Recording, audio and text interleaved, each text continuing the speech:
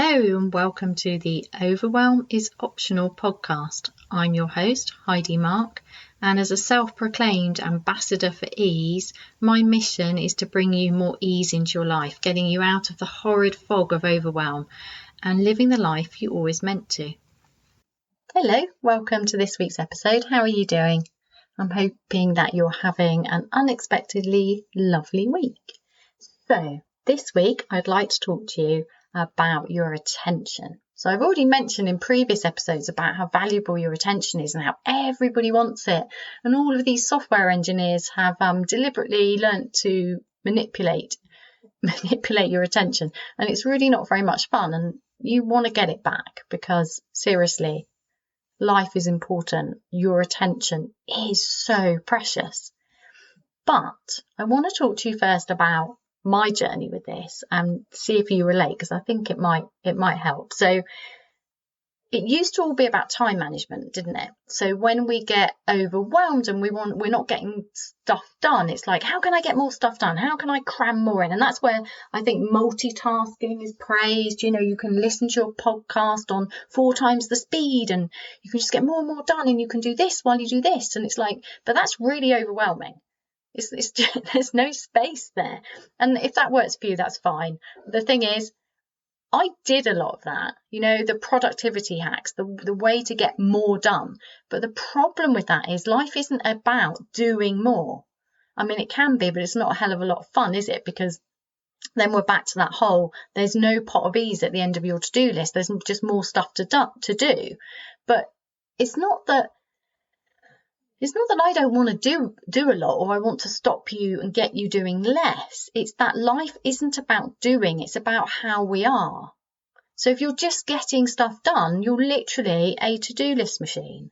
And yeah, you can achieve a lot, but actually, I think we achieve better when we're really focused on what's important rather than that reactionary, well, I better do that and that and that and that and that, which is just this endless loop.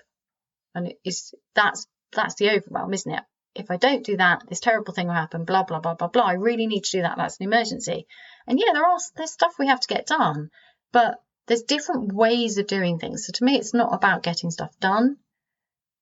It's about getting stuff done in a way that feels good, that feels energizing. So it used to be about time management. And I remember probably one of the most important books in my life for time management was Tim Ferriss's 4-Hour Work Week, which really challenged the idea that you need to be doing stuff all the time, that there's better ways of doing stuff. And I found that really helpful for lots of reasons. It's quite a long time ago now. And then I read other productivity hacks, and I just got really, really good at getting stuff done. So I raised 2 children on my own while working, you know, while finishing my degree and then retraining as a maths teacher, you know, and then I was really good at doing stuff at work. So then I took on more and more responsibility, and I did a lot of amazing things that I'm very proud of. But the thing is, in that process, I lost my life because I lost myself in the getting stuff done, because I just became even better at getting stuff done. So I knew about things like the Pomodoro technique, which I think is brilliant. So you just set a timer for 25 minutes because it takes your brain about 10 minutes to give up the fight, your mind, to give up the fight of, oh, I don't want to do this. And then you can start to get more into a state of flow. It's brilliant. It's all really useful, and different ways of organizing yourself and writing lists in different ways. And really, you know, there are lots of amazing productivity hacks, but I don't want to talk about productivity hacks. And the reason for that is I just became, and you might relate to this, if you're a really conscientious person who cares deeply about not letting people down, and you're in a position of responsibility and you tend to take on other people's stuff as well, then if you become really productive, even more productive, you just get more stuff done. And then you end up with other people's stuff. And that's not good, because people who are good at getting stuff done and are very quietly dependable get misused, I think. I really strongly believe this. Because this is how I used to be, don't want to let anyone down. And because it is quicker for us to do it, we tend to just do it. And then other people who aren't as stressed but make more fuss. So it's like, oh, this is a big drama. I've missed my deadline. Can you help me? And because we like rescuing people, don't we? I mean, it's quite a common addiction, I think, rescuing other people. We want to help, but it's not helpful to us. And I don't actually think it's helpful to the person who's got into it. So these are patterns, aren't they? These are patterns between different ways of being, different types of people. And what I learned is that I needed to have better boundaries. So productivity, time management, really good, but I would just say be careful. So manage your own stuff. Really, it should be, if you get stuff done, you get to go home earlier. But that's not how employment works, is it? Not most. I mean, I think there are some more enlightened employers that are allowing that now. But if you're running your own business, you could do that, couldn't you? I've got my stuff done. I'm going to have a break. I'm going to live, because there'll always be more stuff to do.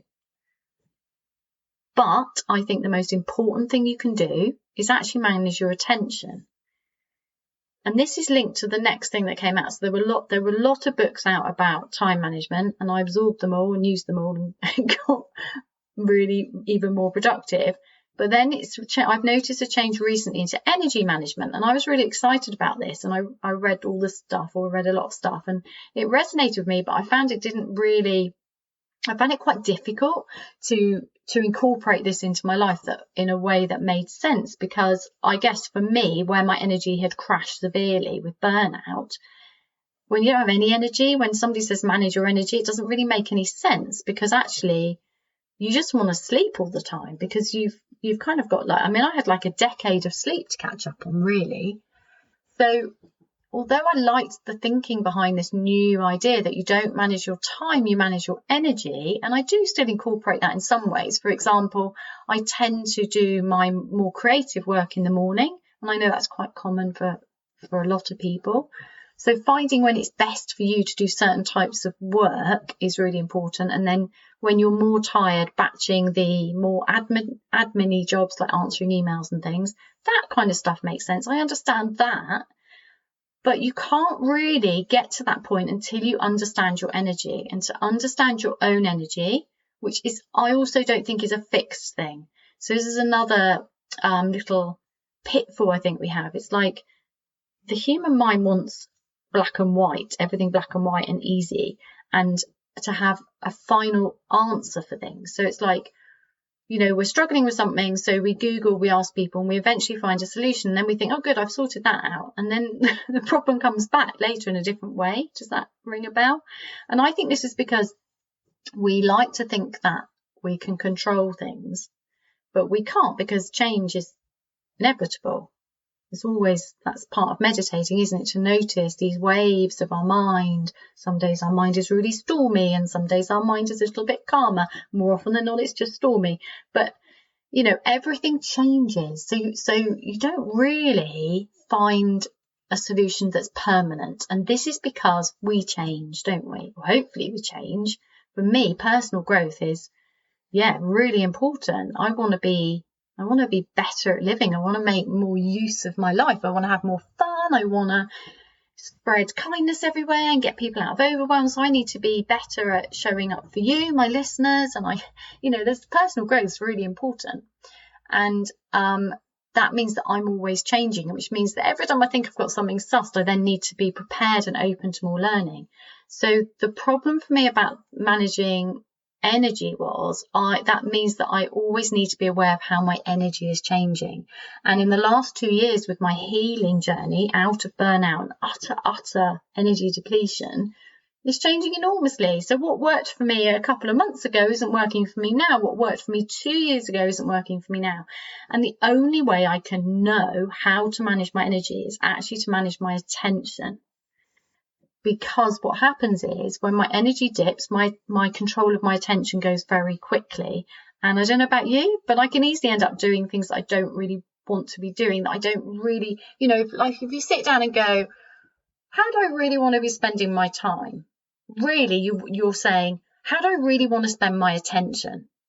because it's easy to get dragged into things like scrolling Facebook or reading the news, or do you know what I mean? Just things that are a bit rubbish. So it's like junk use of our time. And so therefore, for me, energy control is about tuning into my body, noticing how my energy is, and then knowing whether it's time for me to focus my attention on something, like deep work, creative work, deep thinking, stuff that really moves my life on and my business on, my work on, or the lighter things, or maybe I need to move. I need to get out of my head completely into my body, because the problem with a lot of our work is it's actually very, very in our head, isn't it? So, yeah, you've got time management, and then along came energy management, which I do think it was a really important change. But in order to harness those things, I really believe you need attention management. Attention, because where you place your attention is quite literally your life, to the point where, if you consider this idea that we create our own reality because of what we notice in our environment and a whole load of other things to do with quantum physics and manifesting and vibration, you can go the whole woo way. But I just want to actually just open your ideas up to the idea that you create your reality in a much more simpler way than that, in that when you walk into a room, you only notice the things that are different, because your brain isn't going to waste energy recreating the whole room every time. So it's just doing it from memory, which is why you notice if something is different or off, but you don't notice the whole room because you don't need to. That's not a sensible use of your mind. So the eye is constantly making a picture, and most of it's just taken for granted because that's a really sensible energy shortcut for cognitive processing. So that also means, things like noticing. So for example, if you really want a new car and you know what car you want, you're suddenly going to notice that car everywhere. That is your cognitive processing. So it's just a shortcut. So you creating your reality because you notice things that you are drawing attention to, which is why journaling is really, really helpful. Because journaling helps you, if you're asking yourself the right questions, journaling can help draw attention to the transformational journey that you're on, if you're committed to one. Otherwise, you might miss it. So I've found this recently talking to some people in my membership, so the idea in the membership is we're taking neutral noticing, tuning into the body and noticing completely neutrally, taking a break from striving and pushing and constantly trying to control and achieve, excuse me. And also we're learning to control our attention and tune into the body, activate between different nervous states, and a whole load of lovely, lovely stuff, which is all inside neutral noticing. And what we do each month is we apply it to a different theme. So, for example, this theme, because I'm recording this in October, and in the UK we've got a beautiful autumn. All the leaves are changing. Leaves are changing on the trees and coming down. So the theme this month is release, because autumn reminds us of the beauty and importance of letting go. The trees change colour and look amazing, and they even look amazingly beautiful when all the leaves have gone. And they do this each year, unless they're evergreen, obviously. And it's just a reminder that as humans, we need to let go of stuff. We tend to get kind of clogged up. The body holds on to previous memories, particularly hurts, because the mind goes over and over painful stuff in order to keep us safe. And this gets stuck in the body. So we can tune into the body and we can just allow anything that wants to go. And so, yeah, this is what we're doing at the moment. We're applying neutral noticing, tuning in, aiming to move from using my practice audios to doing it freestyle. So, for example, one person I was talking to, when they wake up in the morning, they use a 2.5 minute morning audio just to get control of their attention, in the way that, I don't know about you, but when you wake up in the morning, often your mind has hijacked your day before you've even woken up, because I think we're quite vulnerable, aren't we, in that waking state, that sleepy waking state. And often we wake up with all of the things that we need to get done that day, which is a bit alarming actually. So she's using the 2.5 minute audio where you just take your attention back into the body, tune in, notice how you feel, and just start the day from a place of centered alignment and connection and care, because then you notice if you're really tired, or if you're really dreading part of your day, or if you're really excited. And this is really important information, because if you're not feeling quite right or really tired, you need to be kinder to yourself. You might not be able to change your day, but you can certainly change how you talk to yourself and how you hold yourself. And if you're dreading something about a day, that's important information. Is it because you're doing something which is really brave and courageous and outside of your comfort zone? Woohoo, good for you. Or is it because actually you're doing something that really isn't good for you, and you need to allow the idea that maybe, you need to change how you move through your day. Maybe you don't need to spend so much time with that person who's draining you. Or if you're really excited about something, if you notice this expansion, tingling, energetic excitement in your body, then that's really good, because you can choose to allow more of that into your life. So just those 2.5 minutes in the morning she does. And then I just asked her how else she's practicing neutral noticing in her day. And she said she does what we call the kettle tuning. So most of the people in the membership are doing this kettle tuning, which is when you're boiling the kettle in the morning, you just get out of the head, into the body, feel the feet on the ground, allow the belly to soften if it wants to, and just notice how you feel. So this is, again, tuning in, centering. And then she had done her own thing, which I love, which is what she calls the toothbrush tuning, which I loved because I had mentioned it. I just, obviously I want everybody to be doing this for themselves. I don't want them dependent on my audios forever, although they're very welcome to them. But really the idea is to change how you move through your day so that you're always able to tune in and notice how you feel and use that information from the body, from the heart, as well as harnessing the power of your attention, your focus. So yeah, she's doing this freestyle one, so obviously she's not got an audio on because you couldn't hear it when she's cleaning her teeth, but she's really feeling the toothbrush on the gums and everything, really tuning in with that sensation to anchor her attention in the body. So I love that. And then she does a couple of other ones, like a 4-minute one. So all in all, it's only like 20 minutes. But what was really funny is she thought she was really dependent still on the audios and hadn't reached this stage of starting to do it for herself. And it was only when I asked her some good questions in a coaching session where she was able to say, oh yeah, I did do that on my own. So journaling is really important because it helps anchor your attention to the things that are changing for good in your life. So this going back to attention and how important your attention is, anything that's going to help you practice gaining control of your attention has got to be a good thing. So tuning into the body using neutral noticing, really important. But also things like journaling are good because they draw attention to what's going on in your life. So to repeating patterns that are unhelpful. And then when you make a decision to invest in yourself and make some changes, when those changes are starting to occur, because often they sneak in and you don't even realise that actually you handled that situation much better. I've got another person in the membership who has been dealing with some difficult boundary issues, and she was talking about what she had seen as quite a difficult situation, quite a dramatic emotional situation, and then through my questioning her, she suddenly said, I handled that really differently.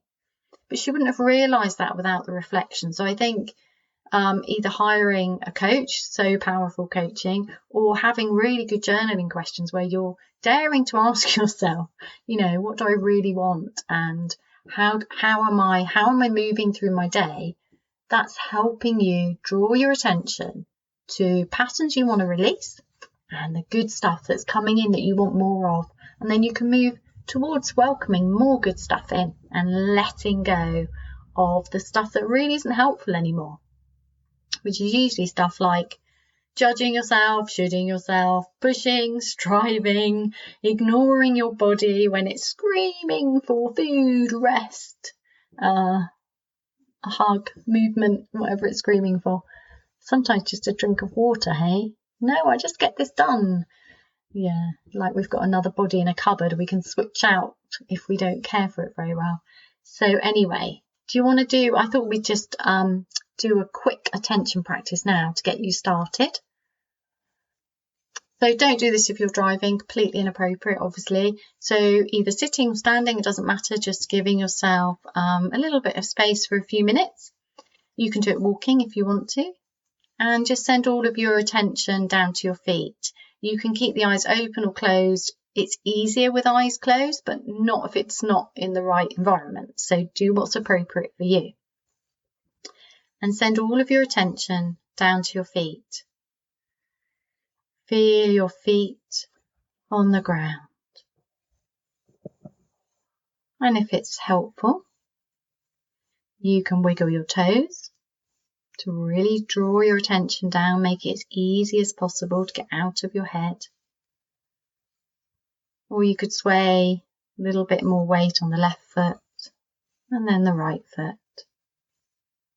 And each time you realise that your attention has been hijacked by your mind and its endless loop of stuff to do, or by external distractions, then well done. As soon as you realise, return your attention to your feet, gently but firmly. You have to be determined. You have a human mind. This takes practice. Be kind to yourself. Feel your feet on the ground. Allow your belly to soften if it wants to. And if it doesn't, that's okay. Don't try to change anything.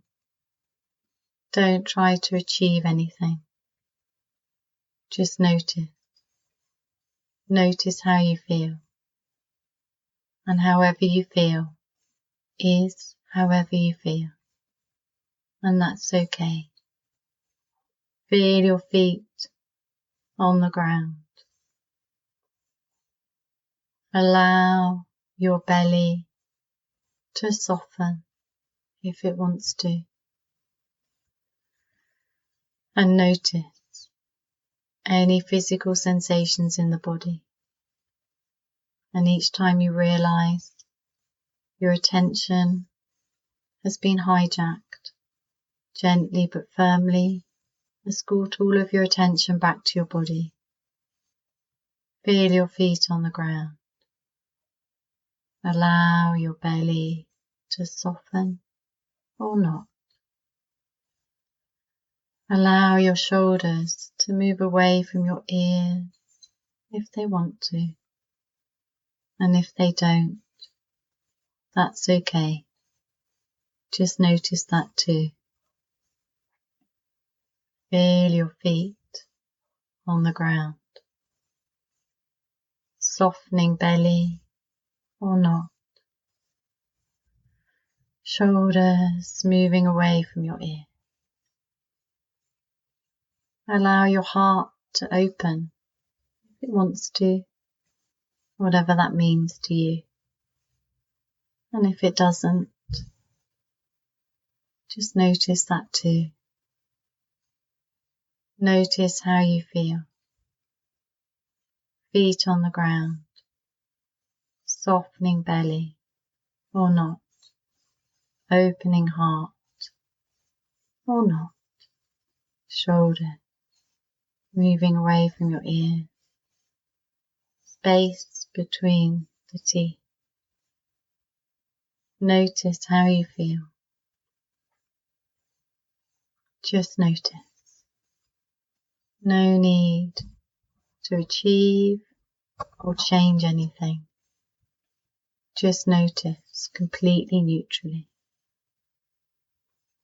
And when you're ready, open your eyes and pause and notice if you feel different than you did before we practiced neutral noticing. Now, if you wanted to extend that, so at the moment you're just moving your attention from your mind to your body, from your mind to your body, or from external back into the body, whatever's distracting you. And just noticing that how often you're attention is hijacked by the mind or by external distractions, and just returning to the body, doing that over and over again, that rewires the brain. That's what we're seeing when they do studies and they scan brains of meditators. So you're gaining that skill, you're rewiring your brain. Really, really important.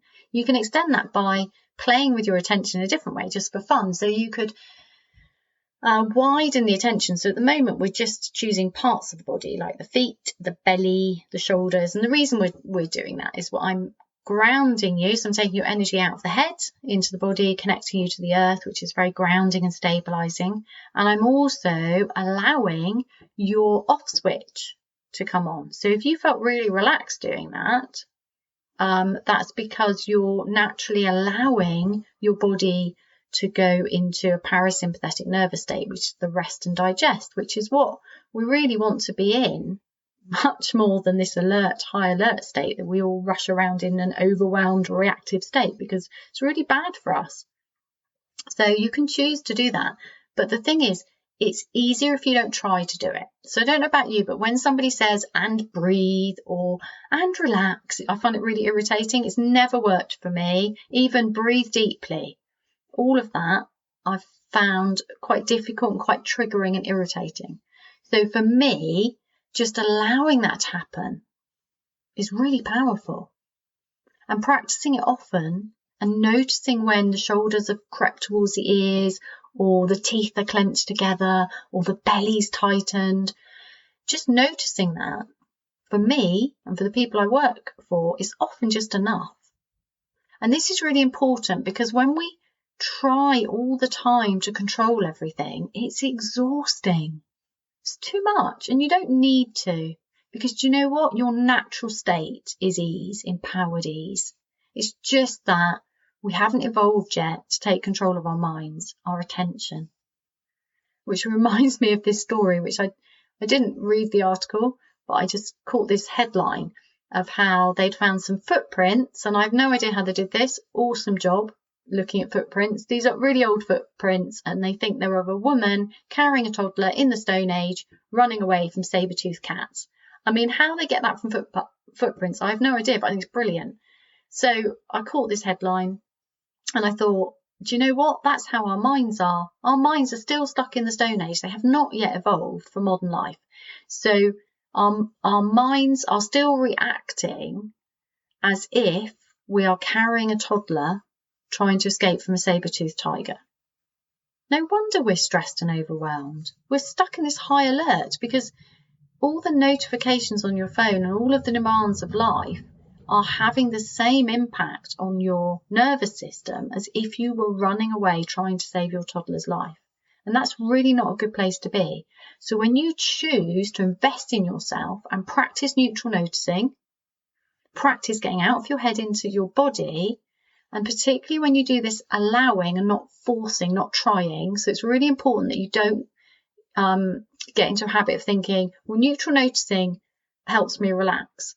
Well, if you're expecting that, then you're immediately, we get into an expectation, we get into a trying to achieve a different state. And neutral noticing, this is very important. Neutral noticing is not about trying to achieve anything, including a state change. It's not. It's neutral. It's about noticing what is. Because noticing how you are is one of the kindest, most radical acts of self-care that you could do, because all you're doing is noticing completely neutrally. You are holding space for yourself, your body, to just be as it is for just a few moments of your day.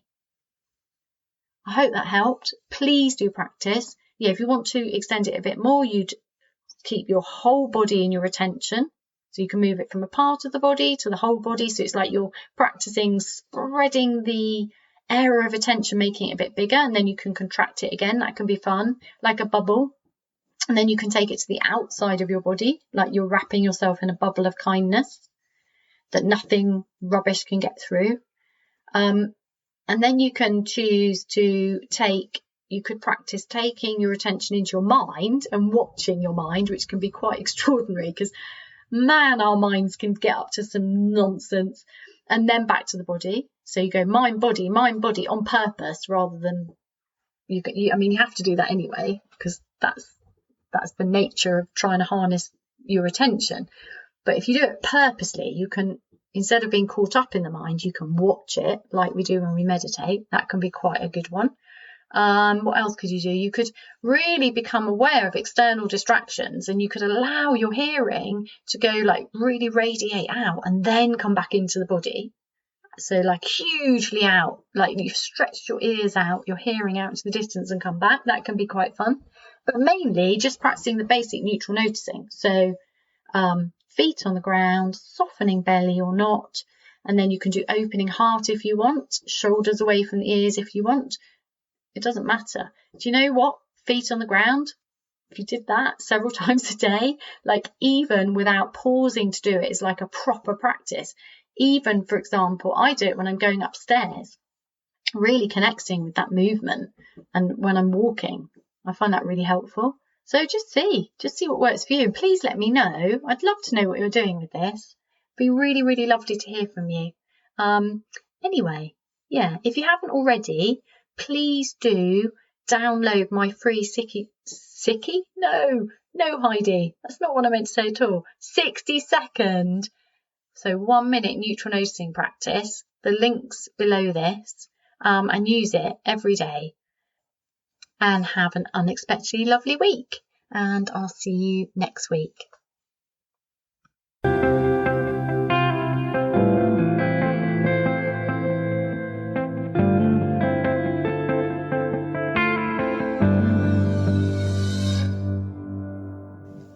I hope you're enjoying this podcast and finding it helpful.